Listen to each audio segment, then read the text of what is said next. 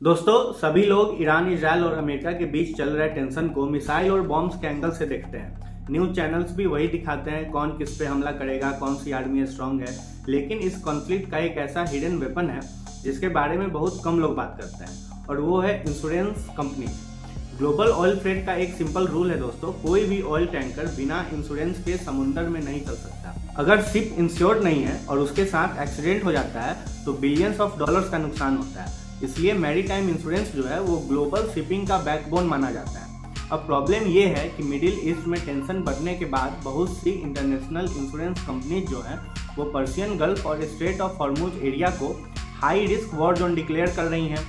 जब एरिया को war zone बोल दिया जाता है, जब एरिया को ये बोल दिया जाता है कि इस एरिया में वॉर चल रहा है, तो उस एरिया में जाने वाले शिप्स को इंश्योरेंस नहीं देती हैं कंपनियाँ, क्योंकि वो बहुत रिस्की हो जाता है और महंगा भी हो जाता है, या फिर कम्प्लीटली बंद ही हो जाता है।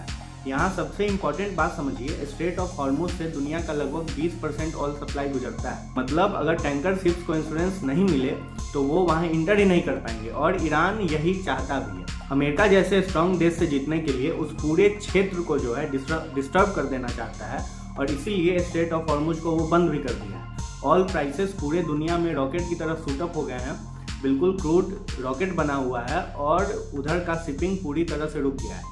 मतलब आप सीधा समझिए कि कभी कभी वॉर्स जो हैं वो मिसाइल से तो लड़ा जाता है, लेकिन फाइनेंशियल सिस्टम को कोलैप्स करके, इंश्योरेंस मार्केट्स को कोलैप्स करके भी वॉर को लड़ा जाता है। और ईरान जो है अब यही कर रहा है, क्योंकि उसका मिसाइल उतना दूर नहीं पहुंच सकता है जितना अमेरिका का पहुंच सकता है। इसलिए वो जो है वो एक प्रॉक्सी वॉर लड़ना चालू किया है। इसको आप समझिए कि मॉडर्न वॉरफेयर का ये गुरिल्ला वॉर हो रहा है। और ये जो गुरिल्ला वॉर चल रहा है दोस्तों ईरान, अमेरिका, इजराइल के बीच में, इसमें पूरा देश फंसने वाला है। और आप देखिएगा कि अगर ये वॉर लंबा खींचा तो यूरोप भी इसमें पूरी तरह से शामिल हो जाएगा, क्योंकि तेल सबको चाहिए। और ईरान जो है पूरे दुनिया को इस युद्ध में घसीटना चाह रहा है, उसका यही मोटिव है।